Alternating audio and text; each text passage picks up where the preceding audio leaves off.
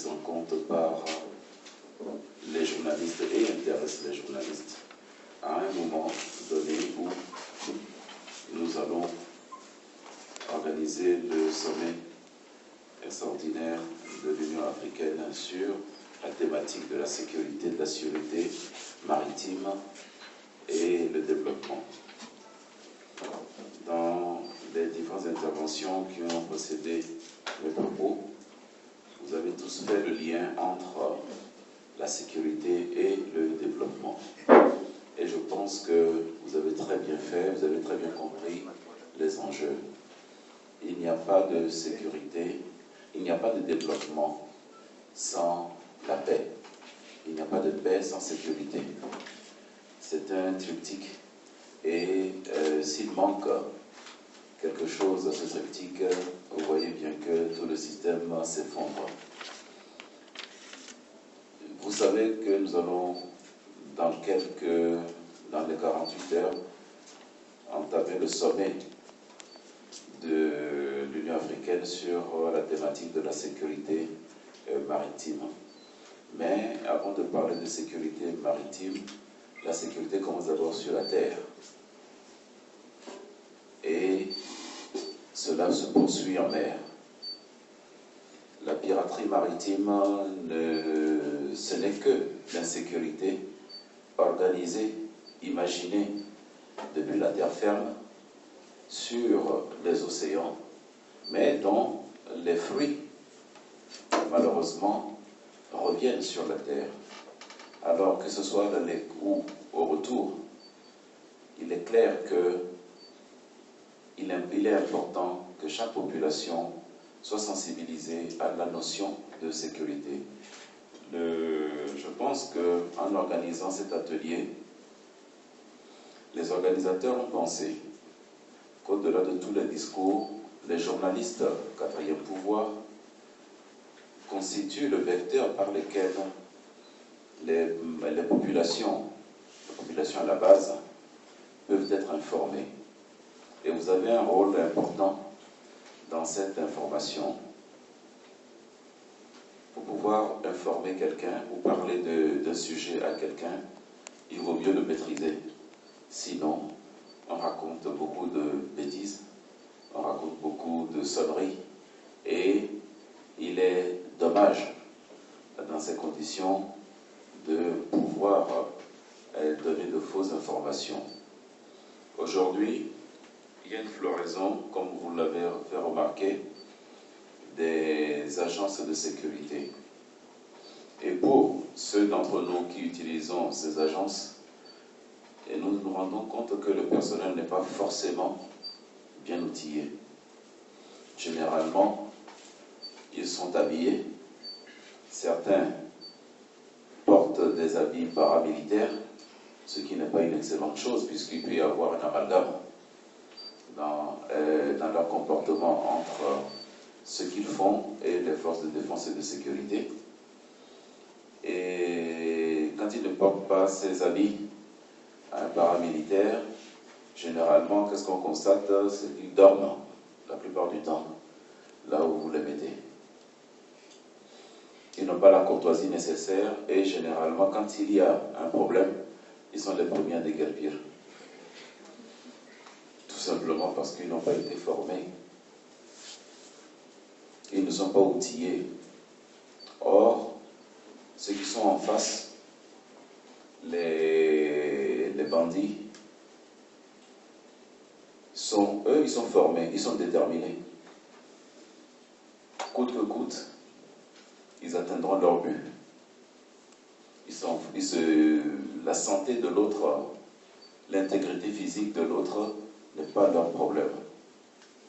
Or, les agents de sécurité aujourd'hui, c'est un peu comme les forces de l'ordre de sécurité. Ils ont une détermination, mais celle des bandits est plus forte parce que les agents de sécurité, les agences de forces de défense ont toujours à cœur de préserver la vie. Les bandits, eux, ils n'ont pas. C'est ça qui fait la différence.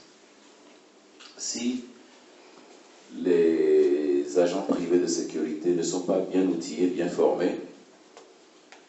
Vous savez, personne ne prendra le risque, vu le salaire qui leur sont payés, de se faire estropier ou bien de se faire estourbir par des voyous. Et derrière, personne ne s'occupera de leur famille. Donc je pense que, vu la floraison de ces agents de sécurité, et afin de crédibiliser ce métier nouveau, malheureusement, qui naît de l'insécurité grandissante, les États modernes sont aujourd'hui victimes. Plus un pays va vers l'émergence, plus cela attire des personnes peu scrupuleuses. C'est tout à fait, c'est mécanique, qu'on le veuille ou non. Les bandits ne vont pas là où il y a la pauvreté. C'est généralement là où il y a des richesses à ramasser, c'est là qu'ils vont. À un pauvre, on ne prend rien.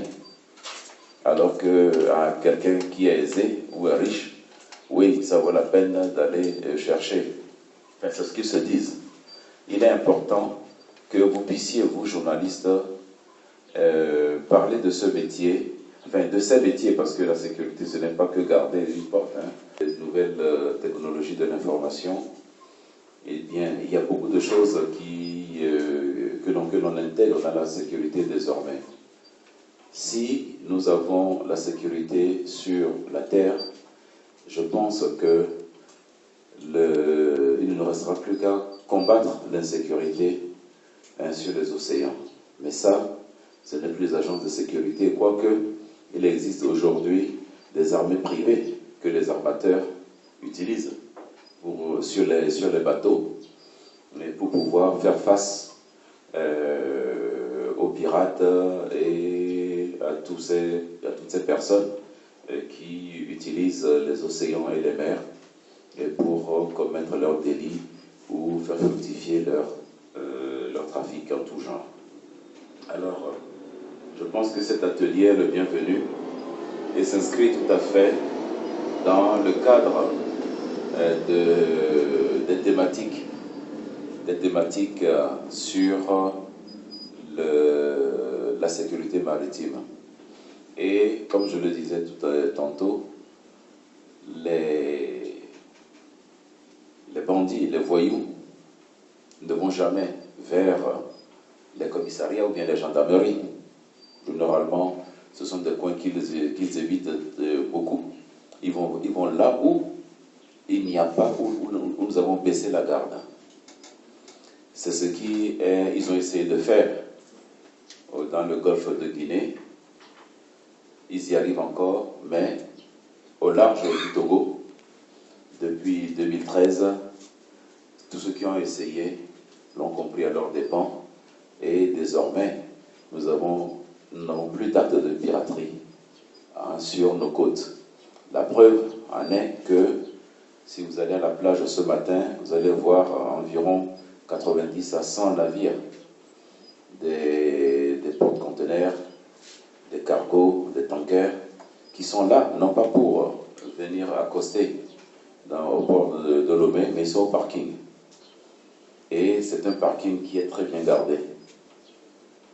Lorsque ces bateaux ont leur créneau d'accostage à Sémé, à Lagos, à Tema, eh bien ils font route.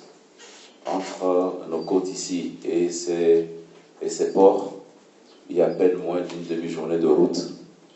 Donc c'est plus facile.